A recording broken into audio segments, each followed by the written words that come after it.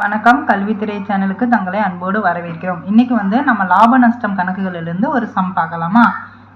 கணக்கு கேள்வி நல்லா பாருங்க. ஒரு பேனாவை ரூபாய் 220க்கு விற்றதில் 10% லாபம் கிடைத்தது.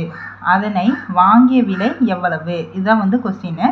அதாவது ஒரு பேனாவை 220 ரூபாய்க்கு விற்றுருக்காங்க. ஸோ விற்றப்ப அவங்களுக்கு எவ்வளோ சதவீத லாபம் கிடைக்குது? 10% லாபம் கிடைச்சிருக்கு. அப்படின்னா அந்த பேனாவுடைய வாங்கிய விலை எவ்வளவுன்னு கேட்டிருக்காங்க. நல்லா நீங்கள் பாருங்கள். இதுக்கு ஒரு சிம்பிளாக நான் ஒரு மெத்தட் சொல்கிறேன்.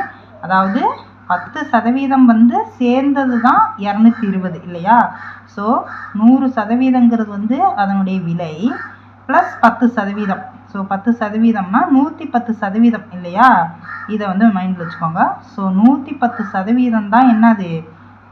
220 ரூபா. சரியா? அவங்க கேட்குறது வாங்கிய விலை. அப்போ நம்மளுக்கு 100% எவ்வளோன்னு தெரியணும்.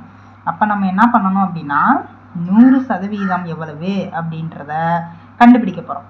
சரியா? ஸோ இதுதான் ஃபார்முலா. ஸோ இந்த மாதிரி இருந்தாலும் நீங்கள் என்ன பண்ணிக்கலாம், 110 = 220, 100 = x அப்படின்னு வச்சுக்கலாம். இப்போ எப்பயும் போல் நீங்கள் குறுக்கு பெருக்கல் தான். பெருக்கிட்டிங்கன்னா x × 110 = 220 × 100. சரியா? So x × 110 100 × 220. ஸோ இந்த மாதிரி எழுதிக்கணும். இப்போ எக்ஸ் நம்ம இந்த பக்கம் வச்சுக்கலாம்.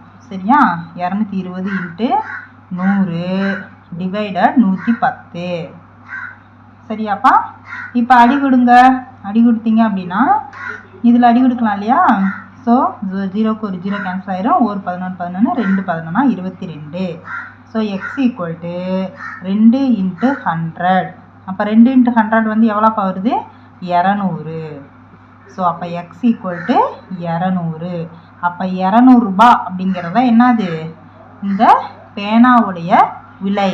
இந்த பேனாவுடைய விலை பார்த்தீங்க அப்படின்னா 200 ரூபா. சரிங்களா? இதுதான் ஆன்சர் இந்த கொஸ்டினுக்கு.